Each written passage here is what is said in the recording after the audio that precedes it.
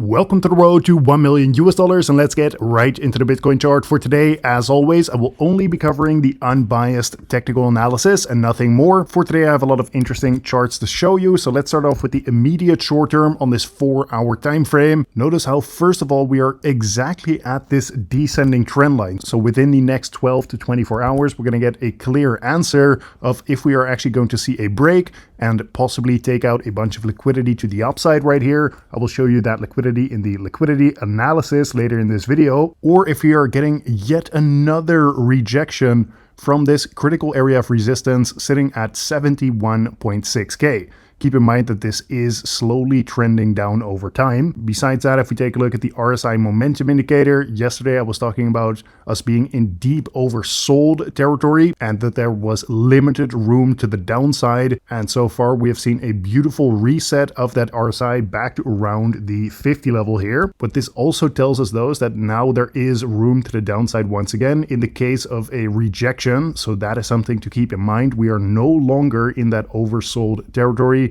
And yes, indeed, there is room to the downside if we actually end up rejecting from this trend line. Moving on to the 12-hour time frame then, because here I have something very interesting to show you. Right here, we are trading along this descending trend line in the RSI momentum indicator. Of course, we also have the descending trend line in the price action. And if we see a break of this descending trend line in the RSI, that could point towards us getting some short-term bullish momentum in order to take out a bunch of liquidity. I do want to be very clear as we zoom out to this one-day time frame that this is still a good time to be cautious in the market. Of course, if you're taking a look at this, we are still just making lower lows and lower highs, and this is also known as a downtrend. So obviously this daily time frame is in a bearish structure at the moment, and so long as we don't see any candle closes above 91.3K, I'm still bearish biased on Bitcoin. Another way of looking at this from that market structure perspective is before you can actually confirm a new uptrend to start, you need to see at least a higher low coming in as well as a higher high. And the higher high in this case is if we get a candle close above 97.4K. So even while we got a very nice bounce from 60K, this once again is still a good time to be cautious in this market and not think that just because we saw a bounce here that we should be expecting a look like this. Of course, some kind of V-shaped recovery is technically possible, but I'm just saying that for me personally, at least, I'm going to wait for confirmation of a new uptrend to start before I get greedy and try to catch a falling knife here. Either way, that doesn't mean that we cannot trade this market. In fact, during times where there is high volatility like this, it is actually a great time to be trading the lower time frames, taking advantage of short-term dumps and short-term pumps by taking those leverage trades. And if you want to learn how to trade crypto, I highly recommend you check out my free trading course on rt1m.com.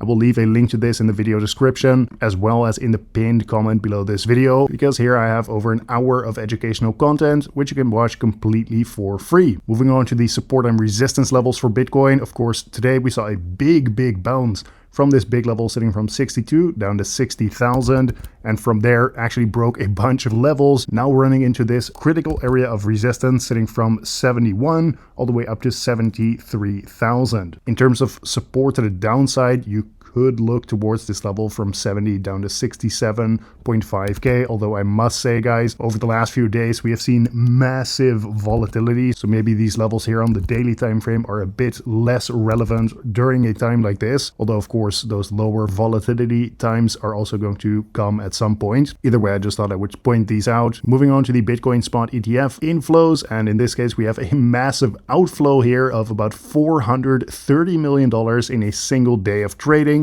So if we actually take a look, recently we have seen nothing except this one day of just massive outflows coming from these Bitcoin ETFs every single day, putting up some massive selling pressure. So of course, this is having a downwards pressuring effect on the Bitcoin price, and I will continue to track this every single day on the channel here. So now finally moving on to the Bitcoin liquidity analysis. First of all, over the past 2 weeks, right now we have massive liquidity at 80,000 and 85K. And in the case that you don't know, guys, typically the Bitcoin price gets attracted to where there is the most liquidity in this chart. Now, as I pointed out yesterday as well, before we even got this big bounce in the first place, And in fact, nothing has changed since yesterday as far as I'm concerned. What I am looking for is a break of this descending trend line before I can start looking at a bunch of liquidity to be grabbed here. Now that 80K level is sitting right around this very important area of resistance, and the 85K level is sitting just a little bit above that. But keep in mind that this is also sitting right above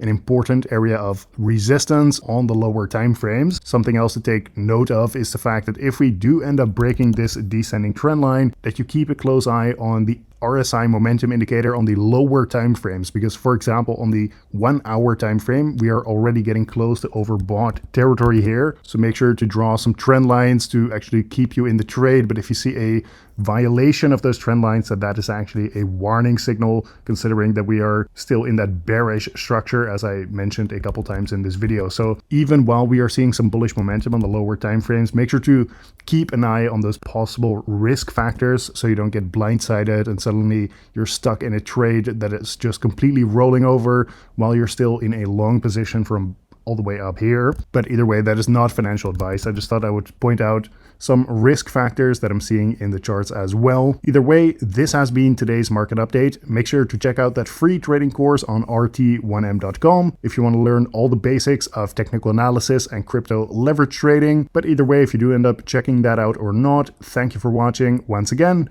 and I will see you tomorrow in the next one.